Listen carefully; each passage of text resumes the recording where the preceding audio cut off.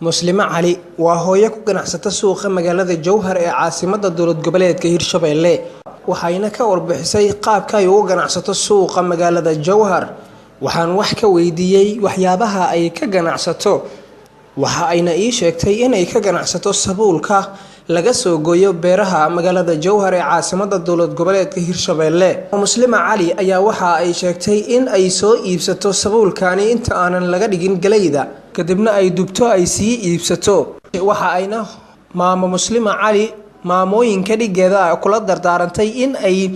dib ugu soo laabto dalkooda hooyo ayna ka ganacsadaan dalkooda waxa ay sheegtay maamo Muslima Cali inuu u baahan yahay dalkooda ayna wax walba ay ka qabsan karaan dalkooda hooyo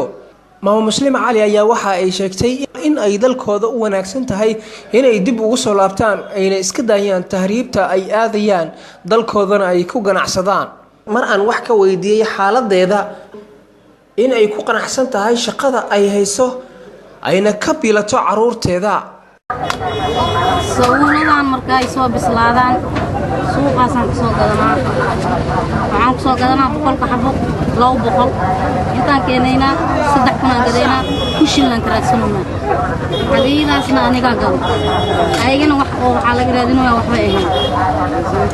iyo kuwa sambus iyo bur iyo biyo tulyoonka ilmaha laga jecel waxaan u talnaa wadankooda inay ku dhaxmaan ilaahay ka bagalaan maamooyinka ku nool magaalada Jowhar ee caasimadda dowlad goboleedka Hirshabelle ayaa waxa ay aaminsan galayda ka soo go'do beeraha ku yaala magaalada Jowhar ee caasimadda dowlad goboleedka Hirshabelle in aysan lahayn wax faa'iido Maxamed Yaasiin Mahdi Maxamed Qalfa warbaahinta Jubba Shabelle News magaalada Jowhar.